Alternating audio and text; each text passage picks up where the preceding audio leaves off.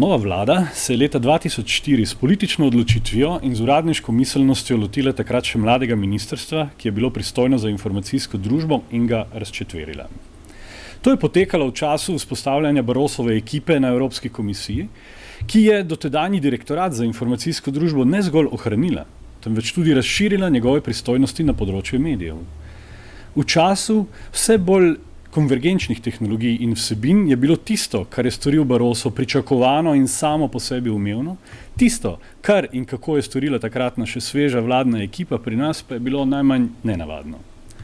Pojem informacijska družba z razpravami v svoji primernosti že drugo desetletje zaposluje teoretike, tudi kdaj zmede strokovnjake in občasno straši politike. Kljub temu pa si je večina razmišljujočih edina, da pojem informacijska družba združuje množico tehnologij, dejavnosti in storitev, ki vse bolj vplivajo na naš vsakdan. Dejstvo, da je ta vpliv vse manj ekspliciten, temveč da tudi neopazno prodira v naša življenja, delovanje gospodarskih družb in politike je neovrgljivo. Dober primer so razprave glede večnamenske osebne izkaznice. Prav zato smo v stranki Zares Nova politika prepričani, da se je z informacijsko družbo treba ukvarjati. Novosti, ki nam življenje olajšajo ali naredijo bolj varno, kot posamezniki sprejemamo, hkrati pa postanemo pozorni, kadar se nam zdi, da so kršene meje naše zasebnosti. Kaj torej ponuja Zares na področju informacijske družbe? Zavedamo se, da je občutek vse prisotnosti interneta v Sloveniji lahko zavajajoč. Predsejšen del prebivalstva dovolj kakovostnega dostopa namreč še nima, čeprav imajo interes zanj. Vemo tudi, da uporaba informacijskih tehnologij temelji na zaupanju. Možnosti nadzora posameznikov ter poseganje v njihove osebne podatke še nikoli niso bile tako na dlani kot danes. Hkrati ocenjujemo, da velja na primeren način podpreti večkrat izkazano inovativnost slovenskih, tudi mikropodjetij, ter spodbuditi njihov prodor na svetovna tržišča.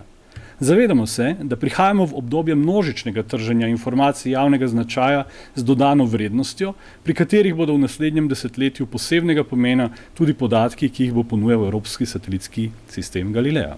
Zato se bomo na področju informacijske družbe v Zares Nova politika zavzemali za: prvič, doseganje kakovostne dostopnosti do informacijsko-komunikacijskih tehnologij, storitev in znanja za vse državljane. Drugič, pregledno in učinkovito zakonodajo, ki bo omogočala življenje in delo v kibernetskem svetu, hkrati pa ne bo omejevala svobode izražanja in kreativnosti. Tretjič, učinkovito državno informatiko s preglednim povezovanjem javnih evidenc in storitvami, v katere se bo lahko vključeval tudi zasebni sektor. Četrtič, inovativno okolje, ki bo imelo vizijo razvoja informacijske družbe in njenega vpliva na življenje in delo s posebnim poudarkom na zdravju posameznika, varnosti in dostopu do informacij. In petič, prilagoditev medijskih politik in zakonodaje konvergenčnim medijem, ki nudijo ne le medijskim hišam, temveč tudi posameznikom doslej neslutene možnosti participacije v e-demokraciji.